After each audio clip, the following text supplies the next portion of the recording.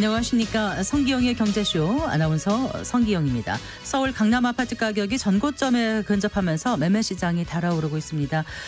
불과 몇 개월 전만 해도 거래 절벽과 수요 위축을 우려했던 시장은 이제 공급 부족, 전세값 상승으로 인해서 상승장 초입에 들어선 게 아니냐 이런 전망까지 나오고 있던데요. 하지만 지역 집값은 여전히 침체를 이어가고 있고요. 특히나 미분양 적체 현상은 심각합니다. 하반기 부동산 시장 어떻게 움직일지 전망해 보고요.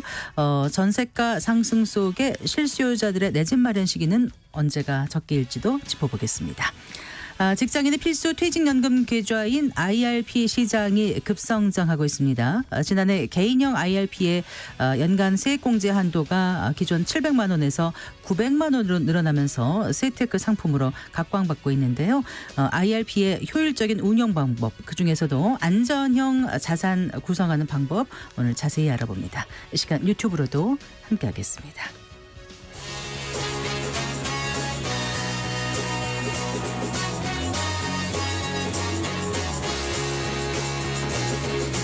경제 시야를 넓혀드립니다. 투자의 지름길을 안내합니다. 돈 되는 정보를 발견하는 시간. KBS 1라디오 경제쇼.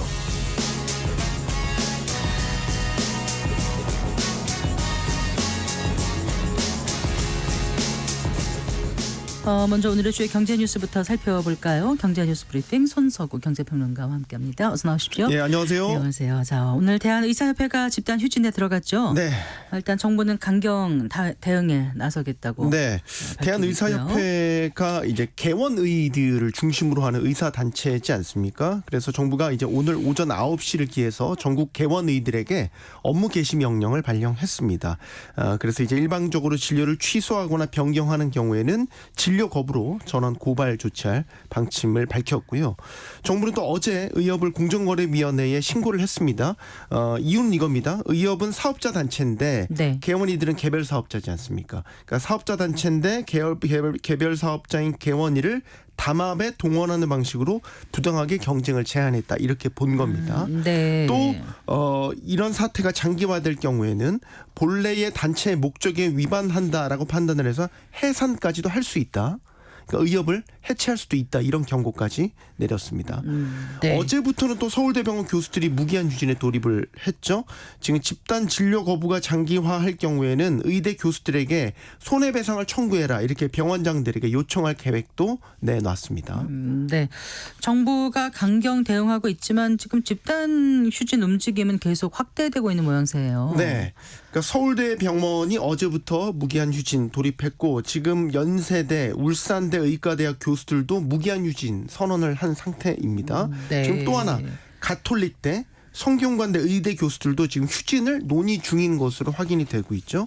이렇게 되면 이른바 빅5로 불리는 주요 상급 종합병원 5곳 모두가 지금 휴진에 들어갈 가능성도 시간이 갈수록 지금 커지고 있는 그런 상황입니다. 네. 피해는 이미 나타나고 있죠. 어제 서울대병원 휴진 첫날이었는데 외래 진료가 27% 감소한 것으로 나타났습니다. 지금 연세대 의대, 그러니까 세브란스 병원 소속 교수들은 27일부터 네. 서울 아산병원 교수들은 다음 달 4일부터 지금 휴진을 하기로 결의를 했는데 이게 또 현실화되면 피해는 더 커질 수 있겠죠. 네. 네. 자, 일상생활에 꼭 필요한 의식주와 관련한 생활 물가가 우리나라가 경제협력개발기 국가들보다 평균 60%나 더 네. 높다. 이런 분석이 나왔다고요? 그렇죠. 의식주 하면은 우리가 먹고 입고 사는 꼭 필요한 생활 물가, 필수 생활 물가 아니겠습니까? 한국은행이 공개한 우리나라 물가 수준 특징과 시사점이라는 보고서에서 드러난 내용인데요. 네. 영국 경제분석기관 EIU 통계를 기준으로 분석한 결과입니다. 이 통계는 나라별로 주요 도시 한 곳의 물가를 기준으로 측정한 건데요. 우리나라는 이제 서울 기준이었고요. 자, 이 통계에 따르면 우리나라 의식주 물가는 네. OECD 평균보다 55%가 더 높았고요. 네. 품목별로 보면 편차가 있었는데 의류와 신발 같은 경우는 61%가 더 높았고요. 식료품은 56%, 주거비가 23% 이렇게 평균보다 이렇게 더 웃도는 것으로 나타났습니다. 더 세부적으로 나눠보면 더 크게 벌어집니다. 사과, 돼지고기, 뭐 감자, 티셔츠, 골프장 이용료 이런 것들을 보면 평균의 2배를 넘은 이런 품목들이고요. 네. 오렌지나 소고기 같은 것들도 2배 수준까지 격차가 크게 벌어지는 것으로 나타났습니다. OECD가 보통 선진국으로 분류하는 나라들이잖아요. 그러니까 이런 나라들과 비교를 해도 우리 의식주 물가가 이렇게 높다라는 건 정말 살인적인 수준이구나라는 걸 다시 한번 확인하는 셈이죠. 반대로 물가 수준이 OECD 평균보다 훨씬 낮은 부분도 있었습니다. 공공요금이었습니다. 네. 그래서 뭐 전기료, 수도료, 대중교통요금, 우편요금 이런 것들은 OECD 평균보다 27% 쌌고요. 특히 뭐 전기료, 외래 진료비, 인터넷 사용료는 평균의 절반 수준에 그친 것으로 나타났습니다. 일단 뭐 이 통계 나온 거 보니까 의식주 물가를 좀 낮추는 게 그게 전체 물가 안정을 위해서 급선무겠어요. 네, 맞습니다. 그런데 이제 한국은행이 한계를 지적한 게 있는데 한국은행이 사실 재정이나 통화 정책으로 전체적으로 물가를 좀 통제를 하고 관리하는 그런 기관 아니겠습니까? 근데 이걸로는 한계가 있다라는 점을 인정을 했어요. 그러니까 재정이나 통화 정책으로는 이미 물가를 잡기에는 한계가 있고 구조적 해법을 모색해야 된다라는 조언을 했는데 네. 즉 가격 변동성이 큰 농산물의 경우에는 생산성을 높여야 된다. 또 공급 채널을 다양하게 해야 된다. 이 얘기는 결국 공급과 수요의 탄력성을 좀 높이는 방안이 네, 필요하다라는 점을 제안을 했고요. 정책적으로는 지금 공공요금이 인상이 억제돼 있지 않습니까? 근데 이게 지속 가능한 차원에서 보면 결국 서비스의 질 저하라든지 이런 것들을 막기 위해서는 공공요금도 단계적으로는 정상화해야 된다. 이런 조언도 했습니다. 네. 자, 어떻습니까? 맞벌이 가구가 역대 최대로 지금 늘어났다고요? 네. 아무래도 이제 혼자 버는 거로는 어려운 시대가 된 건가요? 그렇죠. 네. 사회적으로 보면 여성들의 사회적 지위가 향상된 영향도 있겠지만 경제적으로만 보면 말씀하신 대로 정말 고물가 시대이지 않습니까? 그러니까 씀씀이가 커진 만큼 가계 소득도 커져야 되니까 맞벌이 가구가 늘어나는 거는 어떤 불가피한 경제적으로 보면 변화다 이렇게 볼 수 있는데요. 네. 통계청이 2023년 하반기 지역별 고용조사 맞벌이 가구와 1인 가구 고용 현황을 발표한 결과입니다. 배우자가 있는 가구 1268만 가구 중에서 맞벌이 가구는 절반 정도인 611만 5천 가구였습니다. 그래서 전년 대비 26만 8천 가구가 증가를 하면서 그렇게 되면 맞벌이 가구 비중이 48.2%. 네. 그래서 1년 전보다 2.1%포인트 상승을 해서 관련 통계 집계 이래 가장 큰 비중 최대치를 차지했습니다. 연령별로 맞벌이 가구 비중을 보면요. 30세에서 39세가 58.9%, 50에서 59세가 58%, 네. 40에서 49세가 57.9% 순으로 높였습니다. 전반적으로 보면 이제 젊은 층에서 맞벌이 가구 비중이 높다는 걸 알 수 있고요. 이 맞벌이 가구를 자세히 분류해 보면 눈길을 끄는 변화가 몇 가지가 있어요. 어떤 거요? 예를 들어서 맞벌이 가구 중에서 동거하는 맞벌이 가구. 가 530만 2천 가구로 17만 8천 가구가 늘었는데요. 같이 살지 않는 비동거 맞벌이 가구가 또 있습니다. 이게 81만 2천 가구로 9만 1천 가구가 늘어서 역대 최대폭으로 증가를 했습니다. 그러니까 네. 같이 살지 않는 거죠. 주말 부부라든가 배우자가 서로 따로 사는 거죠. 주말 부부 같은 게 대표적인 거죠. 네. 그러니까 같이 살지는 않지만 그래도 수입 활동은 같이 해야 되는 이런 부부들이 늘어났다는 의미로 볼 수 있고요. 자녀의 유무라든지 또 연령에 따라서도 맞벌이 비중이 달라졌는데 18세 미만 자녀를 둔 유배우 가구를 보면 409만 5천 가구, 그러니까 2만 6천 가구가 1년 전보다 감소를 했는데 이 중에서 맞벌이 가구는 232만 6천 가구로 12만 9천 가구가 늘었고요. 네. 이제 막내 자녀를 기준으로 연령별로 살펴보면 6세 이하인 경우에 맞벌이를 하는 비중이 51.5%로 처음으로 50% 비중을 넘어섰거든요. 네네. 이거는 자녀가 어린 경우에도 다 맞벌이를 하고 있는 부부가 늘어나고 있다. 이렇게 볼 수 있겠습니다. 네. 가구 형태를 보면은 1인 가구가 꽤 많이 늘고 있지 않습니까? 그렇죠. 그럼 1인 가구의 경제 활동도 많이 늘어났나요? 네. 1인 가구 중에서 취업한 비중이 역대 최대치 차지했습니다. 작년 하반기 1인 가구는 738만 8천 가구, 이 중에서 취업한 가구는 467만 5천 가구로 12만 가구가 1년 사이에 더 늘었고요. 네. 그래서 이제 1인 가구 중 취업한 가구가 차지하는 비중 63.3%, 통계 작성 이래 최대치였습니다. 1인 취업 가구 연령별로 보면요. 30에서 39세가 109만 가구로 가장 많았는데 저는 이게 더 눈에 띄었습니다. 60세 이상 가구 네. 중에서 이게 1인 취업 가구 중에서 60세 이상 가구가 급증을 했어요. 그래서 그 말씀드린 1인 취업 가구 중 60세 이상 가구가 106만 6천 가구. 오, 네. 그러니까 30대 이어서 두 번째 비중을 그러네요. 차지했고 이게 네. 1년 사이에 9만 7천 가구 늘어난 겁니다. 이게 이제 통계 작성 이후에 100만 가구를 처음으로 웃돈 결과입니다. 1인 취업 가구가 전반적으로 양적으로 굉장히 많이 늘었잖아요. 네. 근데 이제 질적으로는 후퇴를 했어요. 그러니까 월 100만 원도 채 벌지 못하는 1인 가구 비중이 11.1%로 전년보다 더 늘었습니다. 네. 이건 결국 단기 알바 같은 비정규직 임시직 위주의 일자리가 늘어난 영향으로 해석할 수 있겠습니다. 네. 자, 오늘 여기까지 듣겠습니다. 잘 들었습니다. 고맙습니다. 고맙습니다. 네, 경제뉴스 브리핑 손서구 경제평론가와 함께했습니다.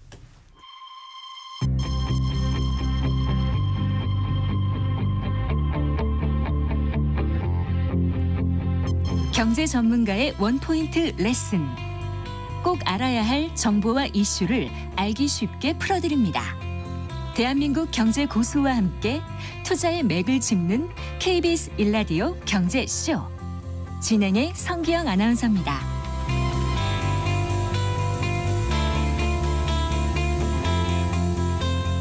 서울 집값 상승세가 이어지고 있습니다. 서울 아파트 매매 거래량이 두 달 연속 4천 건대를 넘어섰고 뭐 평균 시세도 전고점의 95% 수준까지 회복했다고 하는데요. 무엇보다 이 전세값 상승세가 1년 이상 오름세를 보이고 있어서 이 부동산 시장을 지켜봐오던 실수요자들 좀 불안한 마음이 커지고 있는 것 같습니다. 자, 올 하반기 부동산 시장 어떻게 될지, 그렇다면 내 집 마련 적기는 또 언제가 좋을지 알아보는 시간 가져보겠습니다. 미래에셋증권 애널리스트셨죠? 어떻게 살 것인가의 저자 이광수 광순의 부동산 대표 스튜디오에 모셨습니다. 반갑습니다. 안녕하세요. 목소리가 네. 고맙습니다. 네. 자, 최근 부동산 시장 집값 추이부터 좀 살펴볼까요? 일단은 좀 뭔가 올라가는 분위기, 그다음에 거래량이 늘고 있는 분위기다라는 거를 뉴스를 통해서 많은 청취자분들께서 접하셨을 것 같아요. 예, 그렇습니다. 뭐 지속적으로 좀 하락하던 가격이 일단 오르고 있고요. 네. 일단 한국부동산원에서 발표하는 서울 아파트 매매 가격 지수를 보면 두 달간 오르고 있는데 오름폭이 네. 조금 증가하고 있는 상황입니다. 네. 그래서 5월에 서울 아파트 매매 가격 지수가 0.2% 상승해서 네. 좀 지수폭이 올랐고요. 전국의 아파트 지수는 아직까지 좀 하락세인데 네. 역시 마찬가지로 하락폭은 좀 감소하고 있는 상황입니다. 네. 더 중요한 건 거래량이 증가하고 있다는 거예요. 그래서 자산 시장에서 가장 중요한 건 거래량인데 네. 서울 아파트만 보면 2024년 3월 4천 건이 넘어섰고요. 네. 말씀하신 대로 두 달 연속 4천 건을 돌파했고 5월에도 뭐 한 4천 건이 넘지 않을까 이런 예측을 하고 있습니다. 네. 그런데 사실 이렇게 지수로 말씀하시면 확 와닿지가 않아요. 0.2%면 이게 많은 건지 많이 오른 건지 적게 오른 건지도 잘 모르겠고 네. 4천 건이면 그래 이게 아주 많이 거래될 때 수준에서는 어느 정도인 건지, 아니면 아주 이제 거래량이 전혀 아닌 것보다는 뭐 괜찮은 건지 그 좀 수준을 좀 말씀을 해주신다면요. 그러니까 그게 네. 일단 가격만 보면 네. 지금 편차가 굉장히 심합니다. 뭐 일부 지역은 예를 들어서 전고점의 95% 정도 회복한 상황이에요. 그러니까 네. 예를 들면 강남의 일부 지역은 20억까지 올랐던 집값이 네. 16억 원으로 빠졌다가 지금 네. 19억 원으로 네. 다시 오른 네. 뭐 이 정도 느낌이고, 서울 전체적으로는 한 10억 원이었던 아파트 가격이 한 8억 7억 원으로 빠졌다가 네. 지금은 한 9억 뭐 네. 초반대 네. 이렇게 이제 상승했다고 보면 될 겁니다. 근데 네. 일부 지역은 여전히 부진한 지역도 많고요. 네. 뭐 일부 지역은 제 굉장히 주위에서도 빠르게 집 내놨는데 몇 달째 안 나간다고 보러 오지 않는다는 그렇습니다. 사람들도 제법 있거든요. 그렇습니다. 그래서 좀 남의 동네 얘기 아닌가 싶기도 하고. 그래서 격차가 네. 되게 심하죠. 네. 그래서 이런 격차가 왜 일어나는지를 저희가 알아야 됩니다. 왜 일어났습니까? 지금 시장을 움직이는 그 원인이 실수요이기 때문이에요. 네. 그러니까 실수요이기 때문에 아까 이제 거래량도 어느 정도 수준인가 말씀드렸는데, 그러니까 부동산은 유일하게 투자와 실수요가 공존하는 네, 자산 네. 시장입니다. 예를 들어서 주식 시장은 투자자만 있죠. 네. 주식을 쓰는 사람은 없으니까. 못 다 쓰겠어요. 근데 부동산은 자산 네. 시장 중에서 유일하게 실수요와 투자 수요가 있거든요. 네. 그렇기 때문에 시장에서 투자 수요와 실수요가 있으면 본격적으로 가격이 상승하는 구간에 돌입해요. 네. 그렇게 되면 거래량이 평균적으로 6천 건, 7천 건 이상을 돌파하기 그때는 시작합니다. 이제 실수요보다 투자 수요까지 가세했다 그렇습니다. 이렇게 보는 거군요. 근데 이게 네. 거래가 이렇게 절대 수준이 낮은 건 실수요만 시장에 존재한다는 거예요. 그렇기 때문에 주거 선호 지역만 오르고 상대적으로 주거가 선호가 안 되는 지역은 못 오르거나 거래가 안 되는 그런 상황이죠. 실수요 아까 비싼 지역이 이제 실수요가 많이 들어가면 저 사람들 돈 있는 사람이 왜 이렇게 많은 거야 싶지만 그건 아주 좀 이제 전체 대한민국 전체를 볼 때는 굉장히 퍼센트로는 작은 거죠. 그렇죠. 또 네. 하나 뭐냐면 한국의 주택 시장에서 실수요가 또 흥미로운 지점이 있는데요. 갈아타기를 하죠. 네, 네. 그래서 쉽게 말해서 조금 뭐 예를 들어서 10억 아파트를 팔고 네. 대출을 일으켜서 네. 뭐 15억 아파트로 이사 가고 이런 것들도 사실은 이런 분야도 실수요로 저희가 판단합니다. 그러니까 가격대가 좀 낮을 때 갈아타기가 더 용이하겠죠. 가격대가 높으면은 갈아타는 갭도 커지고 뭐 그렇습니다. 세금이라든가 뭐가 부대 비용도 많이 들기 때문에 그렇습니다. 지금이 적절한 때라고 생각해서 그렇죠. 실수요가 움직인다. 맞습니다. 네, 네. 그렇게 보시는 거군요. 네. 그래도 실수요자들도 이제 자산이라는 게 이게 우리가 이제 콩나물 깎도 그전에는 깎고 싶을 정도로 뭐든가 좀 아껴서 사고 싶은 게 많은 사람들의 생각이잖아요. 네. 아파트 값은 최소 몇 억, 주택 가격은 비싸지 않습니까? 최소 몇 억에서부터 수십억도 가는데 네. 이게 아무리 실수요라 하더라도 오를 거라는 기대가 없으면 굳이 사지는 않을 것 같다는 생각이 들거든요. 결국 그렇죠. 왜 오른 그 회복세가 보이고 있다고 생각하시는지요?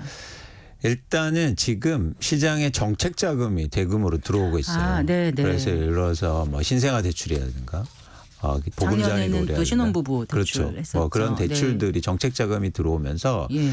가격에 대한 기대보다도 네. 그 대출을 싸게 해준다니까 마치 대출 이자가 싼 거를 돈을 버는 것처럼 느껴지는 거죠. 그리고 이제 만약에 전세나 월세를 할 때는 그 비용을 따지면 이자율이 네. 지금 정책 대출보다는 높으니까 그렇죠. 사는 쪽이 낫다고 판단을 하겠죠. 그렇습니다. 그러니까 네. 가격에 대한 기대감보다 네. 당장 대출을 해준다니까 그걸 받아서 집을 사는 거예요. 그리고 지금은 아주 고점은 아니고 떨어져 있는 상태인데 그렇죠. 가격에 대한 부담도 적고 싸게 사니까 괜찮다. 상대적으로. 네. 네. 그래서 그런 효과가 가장 크다고 일단 판단하고 있고요. 네. 두 번째는 뭐냐면 규제를 완화를 엄청나게 많이 해준단 말이죠. 최근에 두드러지게 완화한 게 뭐가 있죠? 재건축 재개발 규제 완화해주고 대출 네. 규제도 완화해주고 그다음에 심지어 최근에 뭐 종부세라든가 뭐 상속세 규제 완화. 그거는 설이지 아직 정해진 건 아니지 그런데 않습니까? 사람들이 심리를 움직이죠. 불안하죠. 네. 그러니까 지금 시장에 이런 규제 완화가 될 때 불안한 사람들은 누굴까요? 글쎄 집이 없는 사람? 그렇죠. 네. 그렇죠. 집이 많은 사람들이 규제 완화에 불안해할까요? 아니죠. 뭐 갖고 있어도 좋아하죠. 부담이 없으니까 그냥 계속 보유하고 싶은 맞습니다. 심리가 더 있을 수 맞습니다. 있죠. 네. 그다음에 그것 때문에 굳이 내가 집을 한 채 더 사야지 이런 분들은 사실 많지 않죠. 네, 다주택자 취득세 그런데 같은 이런 것도 규제 비싸고. 완화를 해주면 네. 역설적으로 네. 무주택자들이 불안해요. 그러니까 무주택자분들이 배슬이 일으켜서 집을 사죠. 네. 그래서 지금 가계부채가 증가하는 원인이기도 합니다. 네. 3개월 연속 가계부채 특히 주택담보대출이 5조 원 이상 증가하고 있는데요. 네. 그런 정책 규제 완화가 네. 흥미롭게도 무주택자들을 더 불안하게 만든다는 거죠. 그래서 네. 아까 아나운서님 말씀하신 것처럼 무주택자도 가격 상승에 대한 기대감으로 사는 거 아니냐. 네. 그거보다도 실질적으로 불안감. 네. 그리고 그런 정책 대출들 이런 것들이 합산되면서 실수요자가 시장에 들어오는 겁니다. 네. 그래요. 그런데 이제 전셋값을 짚어보지 않을 수 없는 게 지금 몇 주 연속에 이게 56주 연속 상승되면 1년이 52주니까 네. 1년 넘게 상승한다는 거잖아요. 네. 전세 사는 분들은 막연하게 좀 오르다 말겠지 하는데 계속 오르면 이제 좀 정말 불안해지기 시작하실 것 같거든요. 그렇죠. 그리고 지금 임대차 입법이 개정돼서 시행된 게 2020년 7월이었지 않습니까? 그렇죠. 그러니까 이게 4년째 됐잖아요. 네. 이제 어떻게 움직일지 모르겠어요. 이게 그때 처음에 들 때 많이 미리 기대를 해가지고 미리 올려놨지 않았습니까? 올해도 그런 게 나타날까요? 근데 이게 56주 상승했는데요. 네. 그 전에 69주 하락했어요. 그랬나요? 그러니까 아나운서 말씀하신 것처럼 그것도 중요해요. 이게 무주택자의 심리를 압박해요. 지금 네. 모든 분석들이 어떻게 나오냐면 전세 가격이 올라서 갭 투자가 증가하고 있다는 거예요. 아닙니다. 전세가격이 올려서 갭 투자. 그러니까 매매가와 전세가가 좀 차이가 적어질 때 하는 갭 투자. 네. 그 갭 투자가 증가하지 않고 있어요.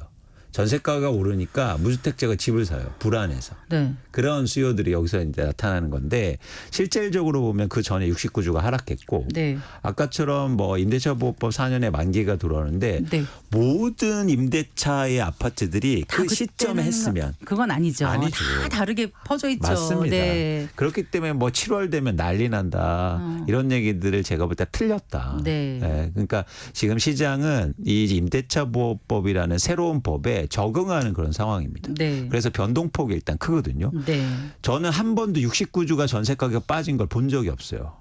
자, 그러면 그게 네. 69주가 빠졌다고 해서 지금 56주 오르는 게 한 69주 정도까지 가면은 다시 떨어진다. 그거를 담보하는 건 아니지 않습니까? 그렇죠. 네. 그건 또 다른 시장의 어떤 메커니즘을 봐야 되는데 네. 그래서 이제 하반기에 서울을 중심으로 해서 수도권의 입주 물량이 10만 채가 들어와요. 서울에. 네. 서울 수도권이 아니면 서울에요. 서울에는 2만 5천 건 이상이 네. 들어오고 수도권 전체에 10만 건. 근데 이거는 같은 지역이라고 봐야 됩니다. 네. 왜냐하면 전세 가격이 너무 오르면 네. 수도권으로 이전하게 되거든요. 그렇죠. 예, 네. 그렇기 좀 때문에 낮춰서. 같이 봐야 돼요. 네. 그 입주 물량을. 그래서 10만 정도인데. 그렇죠. 그러면 전세 가격이 다시 안정될 수 있다는 거고 실제로 절대 가격을 보면 2년 전보다 오르는 지역은 많지 않아요.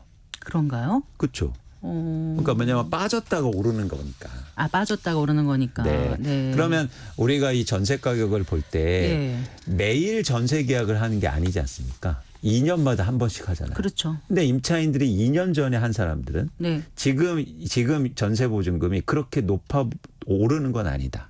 빠졌다가 빠진 채로 있었으면 좋았는데 조금 오르고 있구나. 이 그렇습니다. 정도요. 근데 그렇습니다. 새로 구하는 사람들은 새로 구하는 사람은 한 달 전보다 올랐네. 네.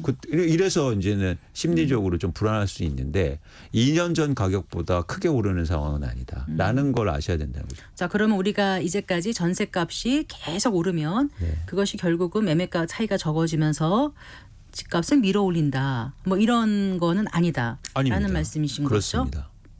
네. 네.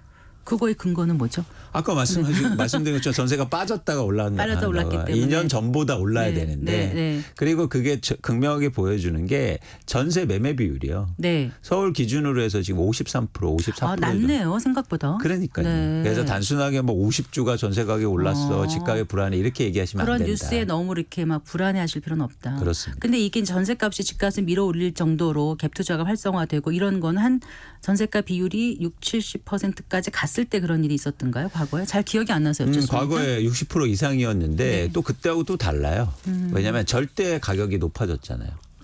예를 들어서 서울의 맞습니다. 아파트 가격이 네. 평균 5억 원, 7억 원이었을 때 60%면 네. 내 돈 2억 원이면 샀어요. 그렇죠. 근데 지금은 10억 원이에요. 네. 그러면 4억 원 주고 사야 돼요. 갭 네. 투자할 때. 네. 절대 가격이 커졌기 때문에 제가 볼 때 전세 매매비율이 훨씬 더 올라야 돼요. 그런데다가 금리도 비싸고. 그렇죠. 네. 네. 그래서 지금 투자자들이 없어요.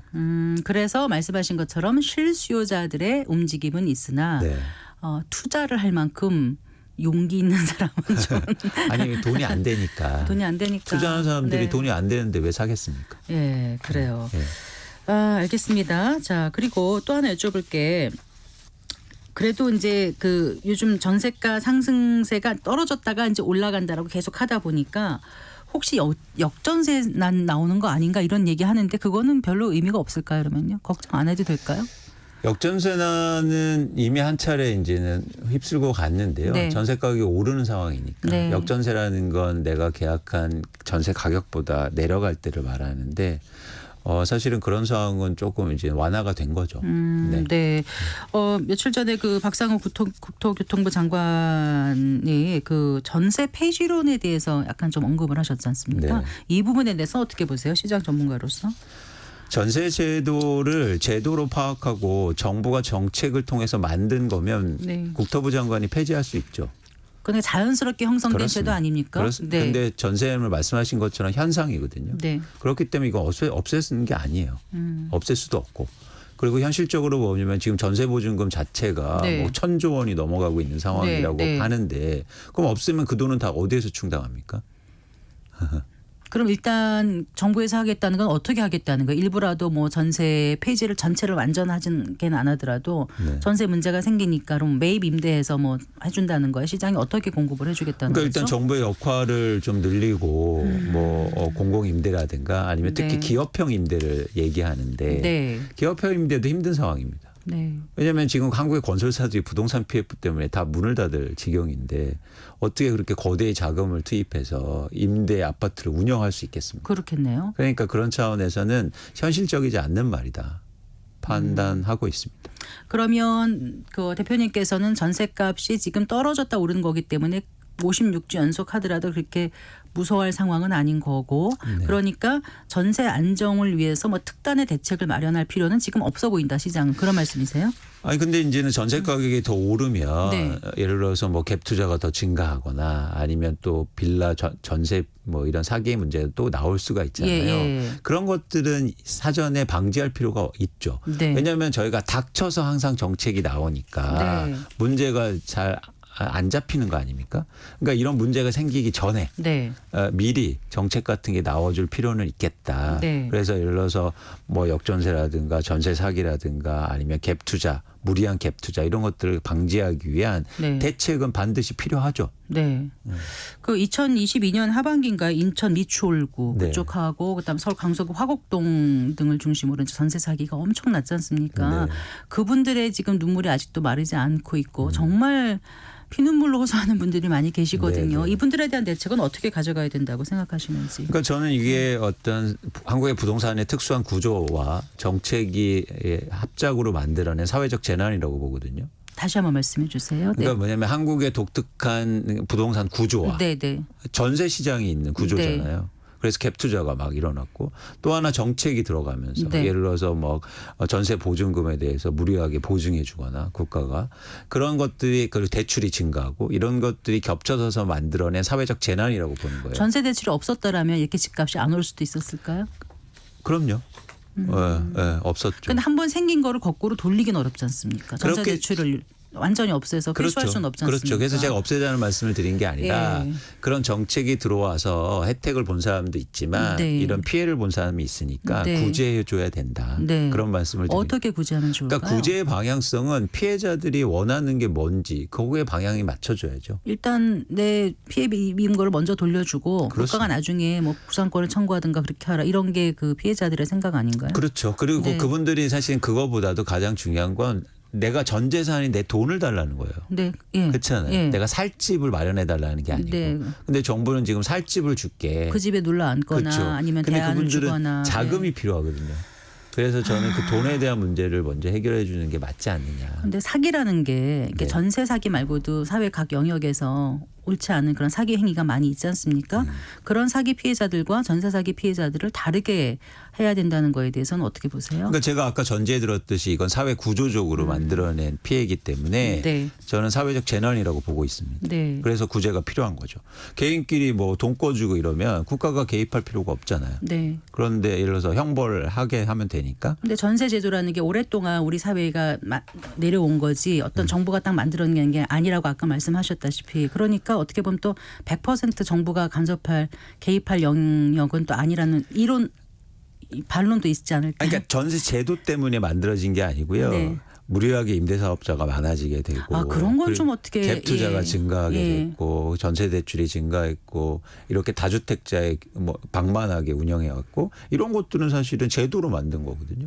그렇기 때문에 거기에서 나오는 피해자지 전세 때문에 있으면 네. 1970년대부터 계속 전세 사기가 있었겠죠. 광범위하게. 근데 그러지 않았잖아요. 근데 임대사업자는 정부에서도 권하지 않았습니까 한동안? 다주택자. 그러니까 제가 말씀드린 네. 것처럼 긍정적인 측면이 있었단 말이죠. 네. 근데 부정적인 측면이 나타나니까 나타났어요. 네. 부정적인 측면에 대한 구조가 필요하다. 구제가. 아, 예. 이런 거지 않습니까? 네, 그렇죠. 그러니까 이거를 그래서 나 이거 없애가 아니라 네. 그래서 그런 차원에서는 이런 부분에 대한 피해 구제가 필요하다. 네. 시간이 많으면 그 부분도 더 짚어보고 싶은데 네. 예. 다음 거로 좀 넘어가 볼게요. 예, 예. 어쨌거나 요즘 보면은 이제 일부 지역이긴 하겠지만은 이제 굉장히 그 청약 그 경쟁률이 높은 곳이 있지 않습니까? 네. 그래서 뭐 줍줍이다, 당첨되면 얼마 로또다 이런 것도 있고 또 반대로 전혀 그렇지 못한 미분양 시장은 지금 전국에 얼마죠? 미분양 가구가? 이제 7만 호가 넘어가고 거기서 있습니다. 악성 미분양도 제법 된다고 네. 들었습니다. 네, 2만 호 이상으로 너무나 이렇게 넘어가고. 극과 극을 보이고 있는데 네, 네. 청약 이제 이런 게 있더라고요. 청약 당첨을 계속 기다려서 가점을 쌓고 하는데 계속 안 돼서 어느 날 보니까 나는 계속 전월세를 살고 있는데 그 전에 뭐라도 샀던 사람들은 집값이라도 좀 오르고 안정된 주거 형태에서 살 수 있지 않습니까? 그래서 이 청약을 계속 기다리는 게 능사인지 아니면 지금 시점 같은 때는 그래도 좀 내 집 마련을 하는 게 좋은 건지 이제 그걸 결론적으로 좀 여쭤보고 싶었어요. 그러니까 이게 청약과 기존의 시장에서 사는 네. 것과 네. 이게 두 가지를 그러니까 이거를 하나지만 선택해야지 이렇게 생각할 필요가 없어요. 아, 그런가요? 예, 예를 들어서 청약에 계속 참여하면서 네. 주변의 아파트도 보는 거죠. 이거 누가 하지 말라고 하는 건 아니잖아요. 하지만 기존 걸 사고 나면 청약은 굉장히 어려워지지 않습니까? 그렇죠. 네. 그러면 내 집 말 한 거잖아요. 네. 근데 나는 청약해야지. 나 3기 신도시 기다려야지. 그래서 10년 동안 나는 거들떠 보이지 누가 그렇게 시킨 게 아니잖아요. 그렇긴 한데 네. 청약은 어쨌든 싼 가격에 괜찮은 걸 갈 수 있는 확률은 있어 보이잖아요. 근데 기존 아파트 가격이 너무 비싸니까 청약을 또 기다리는 분들이 계신 것 같아서. 그렇죠. 근데 여러분들이 네. 꼭 기다린다고 해서 주변에서 뭐 최근에 집값 떨어지고 있을 때 왜 내 집 마련을 청약 기다린다고 무작정 기다려서는 안 된다. 네. 주변 시장도 같이 보셔야죠. 자, 그럼 주변 시장을 봐야 되는데 네.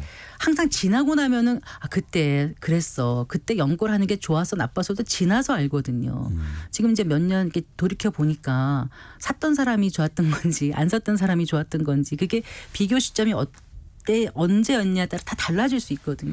그래서 언제 네. 사느냐가 중요하지 않습니까? 자, 그럼 지금은 지금 사는 게 좋은지 내년에 사는 게 좋은지 후년에 사는 게 좋은지 그러니까 민간 연구원인가 어디서는 뭐 또 내후년쯤 되면 집값이 폭등할 거다 이렇게 또 기사까지 나와가지고 좀 이게 자산 시장은 흥미로운 게 사람들이 서로 만나서 사람들이 움직이는 시장이잖아요. 그래서 과거하고 굉장히 유사한 상황이 있어요. 네. 근데 언제냐면 지금 상황이 정확히 2009년하고 똑같습니다. 2009년 글로벌 네. 금융위기 끝나고 네. 네. 글로벌 금융위기 때 집값이 폭락하거든요. 네. 근데 2009년도에 갑자기 급등해요. 네.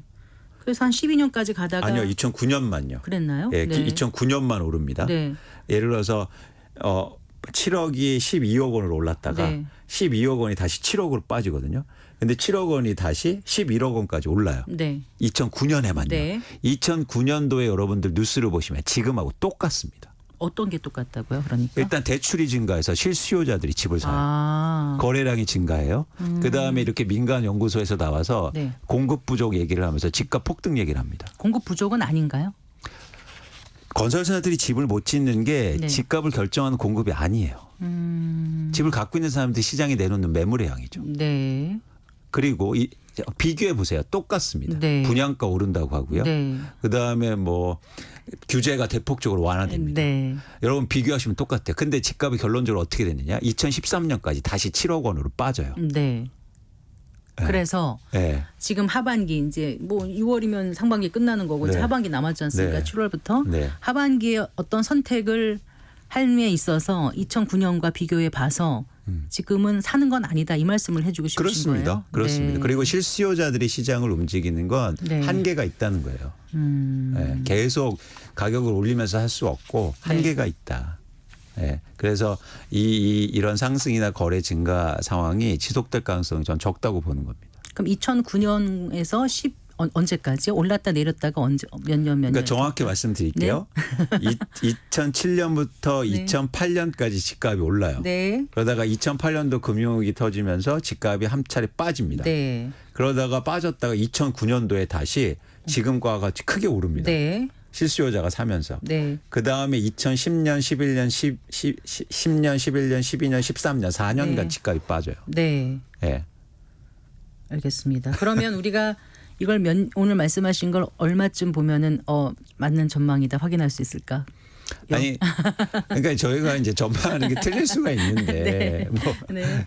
저희가 전망을 근데 두렵게 생각하지는 않습니다. 맞습니다. 그러니까 저희가 네. 제일 싫어하는 말이 뭐 보합이 될 거야. 네, 뭐 네. 여러분 내 집 마련하는데 언제든지 사세요. 저는 전 시장을 예측하는 사람으로서 네. 그런 위험을 감수하면서 이제 말씀드리는 거예요. 그래서 시장을 그 좌우하는 너무나 많은 변수가 많기 때문에 사실 예측력이 이전보다 많이 떨어질 수밖에 없다고 생각을 하는데. 그렇죠. 근데 네. 이제는 지금의 시장 상황을 보면 과거와 유사하고 네.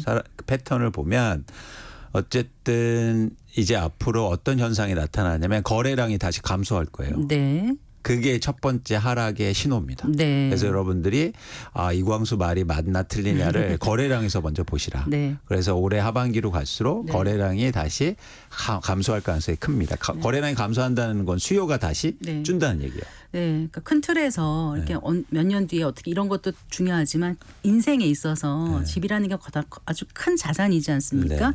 이 자산을 접근하는 태도 같은 거에 대해서 한 말씀 더 붙여주신다면은요.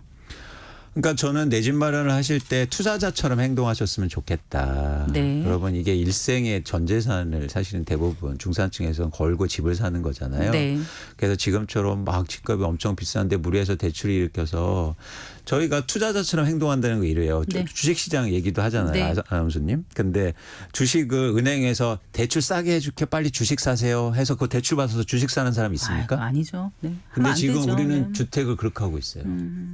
대출 싸게 해줄게 집 사세요 하니까 집값에 대한 고려 없이 지금 대출 받아서 집을 사고 있다는 거예요. 집값과 나의 지불 능력이라든가 대출을 받아서 갚아나갈 능력이라든가 그쵸. 전체 세금 계산 다 하고 나한테 그쵸. 효용이 얼마나 있는지 이런 거 그쵸. 모든 걸 고려해서 그렇죠. 선택을 해야 그래서 되겠네요. 어쨌든 개개인별로 다 사정이 다르실 거예요. 그래서 네. 구체적인 계획을 잘 세우시고 또 하나 꼭 말씀드리고 싶은 건 뭐냐면 네. 제가 뭐 집값이 하락한다고 해서 집을 사지 말자는 얘기를 드리는 게 아니라 네, 네. 집값이 떨어지면 꼭 내 집 마련 하시라. 네. 그 말씀을 꼭 드리고 싶어요. 그런데 알겠습니다. 예를 들어서 집값이 떨어질 때는 더 떨어질까 봐 또 안 산단 말이죠. 맞아요. 그게 오를 참 때만 사고 어렵더라- 싶어요. 그래요. 불안해서 오를 땐 사고 떨어지면 쳐다도 안 보는 게. 그러니까 지금 근데 이제 정말 앞으로 가장 비경제적인 네. 선택이 아닌가 싶어요. 최근에 집값 네. 떨어질 땐 가만 계시다가 지금 집값 오르니까 빨리 내 집만 해야겠다. 네. 사실 저는요. 네. 그 지점에 좀 바꾸시면 알겠습니다. 좋겠다. 알겠습니다. 생각을. 네, 중요한 통찰을 주셨어요. 네. 잘 들었습니다. 고맙습니다. 고맙습니다. 네, 이광수 광순의 부동산 대표와 함께했습니다.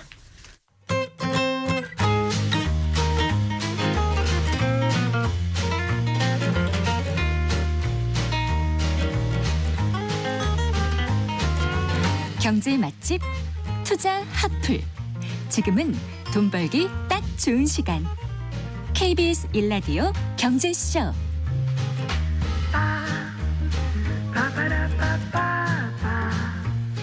4시 42분입니다. 100세 시대 행복한 노년을 위해서는 건강과 노후 대비가 무엇보다 중요한데요. 은퇴 이후 노후 자금 마련을 위해서 돈 관리 계획 구체적으로 세워보겠습니다.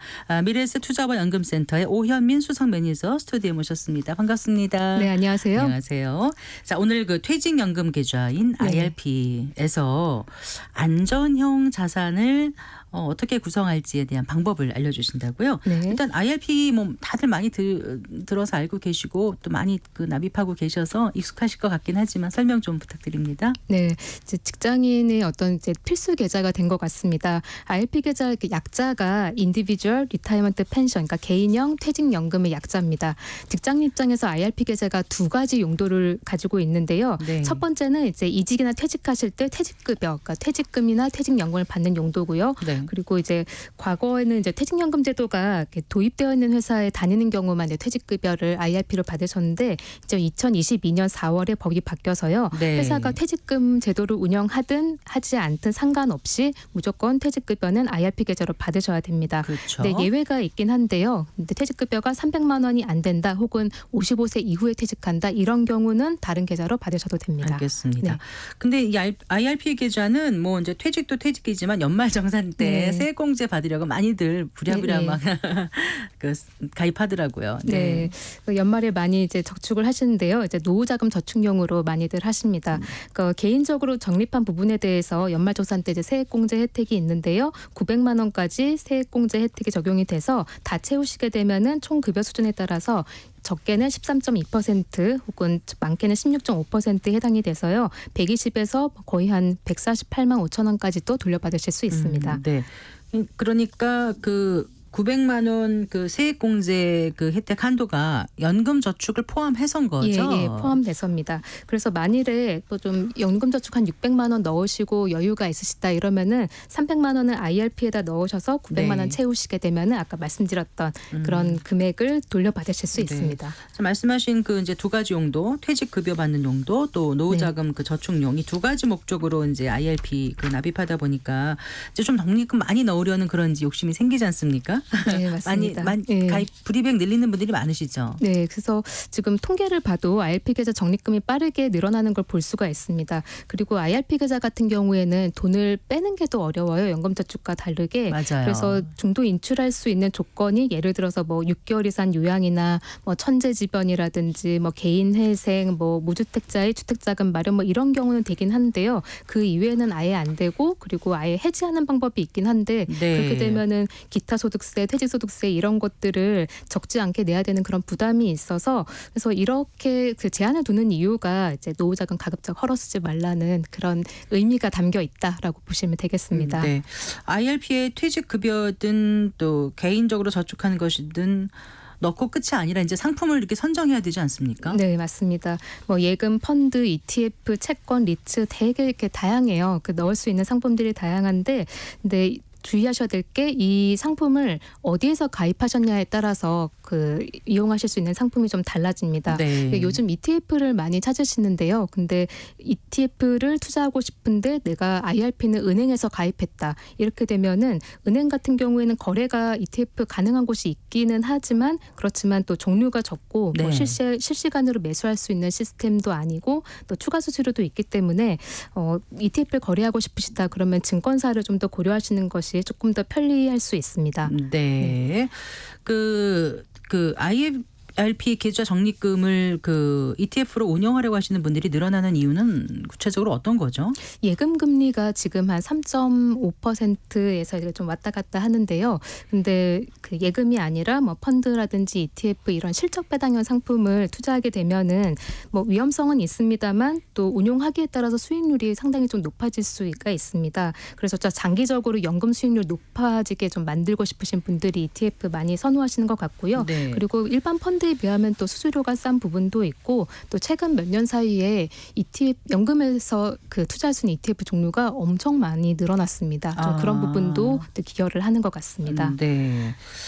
그런데 그 IRP의 그 포트폴리오를 짤 때 무조건 완전히 내 마음대로 다 상품을 네. 할 수 있는 건 아니잖아요. 네, 그렇게 하면 참 좋겠습니다만 이렇게 제한이 있습니다. 그러니까 적립금을 위험자산을 한 IRP에서 70%까지만 넣을 수 있다는 그런 규정이 있습니다. 네. 그래서 최소 30%는 무조건 안전자산으로 채우셔야 되고요. 네. 여기서 말하는 위험자산은 뭐 주식형 펀드라든지 뭐 주식 혼합형 펀드, ELS, 리츠, 인프라 펀드 같은 그런 상품을 이야기를 하고요.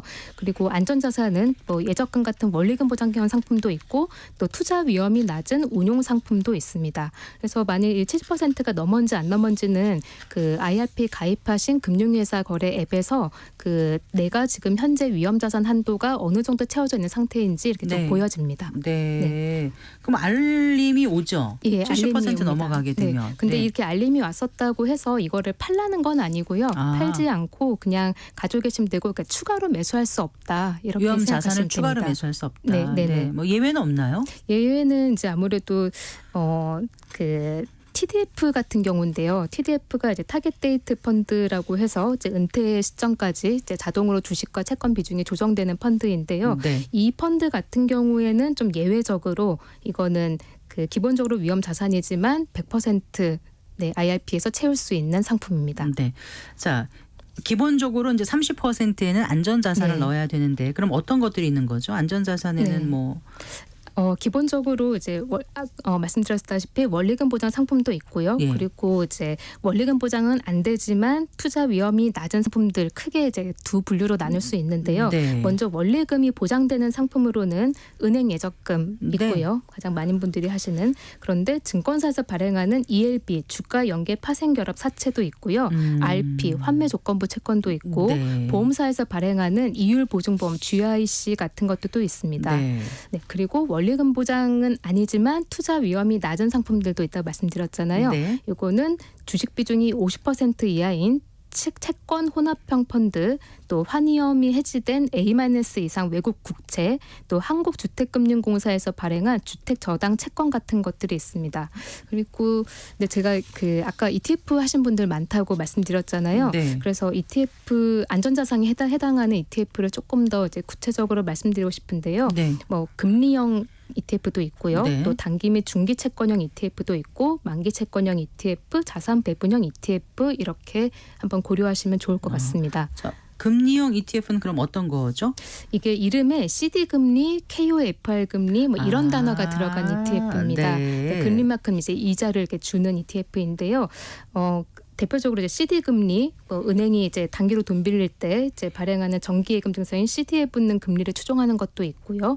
뭐 KFR은 이제 한국예탁결제원이 개발한 한국 무위험 지표 금리를 추종하는 것인데 네. 예, 이런 금리를 따라가는 것도 있고 또 SOFR이라고 해서 미 국고채를 담보로 하는 하루짜리 RP 거래에 기반한 단기 금리 따라가는 것도 있습니다. 네. 그래서 ETF 이름에 이런 것들이 들어가면은 네. 이제 그 금리형 ETF라고 보시면 되는데 네. 근데 주의하셔야 되는 게 이게 금리형이라고 해서 무조건 다 이게 안정형은 아닙니다. 이게 뭐 그 분류 사항이 문제로 인해서 이게 안전자산일 수도 있고 이제 위험자산일 수도 있어요. 그래서 그 처음에 그 매수하실 ETF를 이제 앱에서 이제 검색하실 때 이게 위험자산인지 아닌지 그 나와 있습니다. 네. 그거를 꼭 확인을 하셔야 됩니다.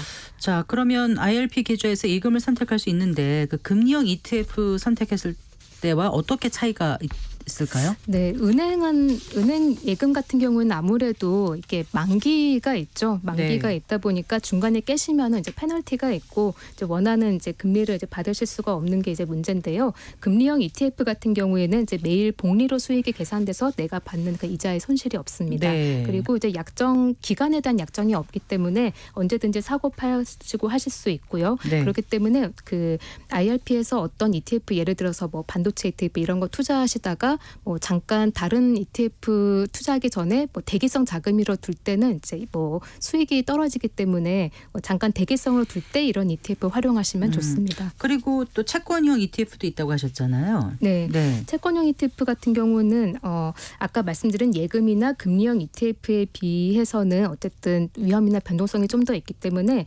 먼저 그 나눠볼게요. 좀 네. 안전적인 성향을 가지신 분이랑 공격적인 성향을 가지신 분한테 적합한 거를 제가 좀 나눠서 말씀드려 보겠습니다. 먼저 안전 성향이신 분은요, 뭐 단기 및 중기 채권형 ETF가 있는데요. 네. 이건 좀 변동성이 낮고 그리고 금리가 내려가는 시점에서는 약간 자본 수익을 얻을 수 있는 그런 특징이 있습니다. 네. 뭐 단기 통한채, 국채 3년, 뭐 중장기 국채 이런 경우가 해당이 됩니다. 네. 네, 두 번째는 이제 국내에 이제 2년 전에 나왔던 만기 채권형 ETF인데요. 네네. 이거는 이제 만기까지 가지고 계시면 이름에 뭐 24-10 회사채 A+ 이상 뭐 이런 식의 이름이 붙어 있는 경우에 그 해당 연도와 월에 맞춰서 그 회사채에 투자하는 그런 상품일 경우에 네. 그만큼의 이제 이자를 주는 상품이다 이렇게 보시면 됩니다. 네. 그리고 자산 배분형 ETF가 있는데요. 이름에 TDF나 TIF에 들어간 경우에 어떤 다양한 자산군에 좀 투자해서 변동성을 낮춘 포트폴리오로 보시면 되겠습니다. 혹시 안전자산이긴 한데 약간은 좀 공격적으로 투자하고 싶은 네. 분들에게는 선택지가 없을까요? 네, 이런 분들은 주식과 채권이 섞인 채권 혼합형 ETF 혹은 뭐 장기 채권형 ETF를 고려하시면 좋겠습니다. 그러니까 네. 채권 혼합형 같은 경우는 주식 비중 이제 50% 미만에 해당되는 이제 상품인데요. 뭐 그 예를 들어서 미국 나스닥백 채권 혼합 뭐 이런 ETF 같은 경우에는 나스닥백 네. 투자 비중을 IRP에서 극대화하시고 싶으신 분들이 그 편입하시면은 좋겠습니다. 네. 네. 그리고 네, 또 싱글 채권 혼합형도 있어요. 뭐 네. 애플, 테슬라, 엔비디아 이런 주식 한 종목을 종목만 하나만 남은 놓고 ETF. 나머지는 국고채로 채운 그런 ETF도 있고요. 네. 그리고 끝으로 이제 장기 채권형 ETF도 있습니다. 네. 이제 채권은 이제 듀레이션이 길수록 그리고 장기채일수록 그러니까 변동성이 크고 금리 인하 시기에 기대할 수 있는 그러니까 수익률 수준도 상당히 큽니다. 네. 그래서 10년 넘는 채권이 장기채로 분류되는데요. 네. 뭐 미국채 10년, 국고채 30년 이런 ETF들 같은 경우에는 이게 그 안전자산으로 취급하는 것도 있고 또 위험자산으로 취급하는 것도 있어요. 그래서 네. 투자하시기 전에 이게 어떤 식으로 분류되는지 한번 확인하실 필요는 있습니다. 네, 알겠습니다. 오늘 말씀 잘 들었습니다. 고맙습니다. 네, 감사합니다. 네, 미래에셋 투자와 연금센터의 오현민 수석 매니저였습니다. 마칠 시간입니다. 성기영의 경제쇼 오늘 순서 여기까지입니다. 저는 아나운서 성기영이었습니다. 고맙습니다.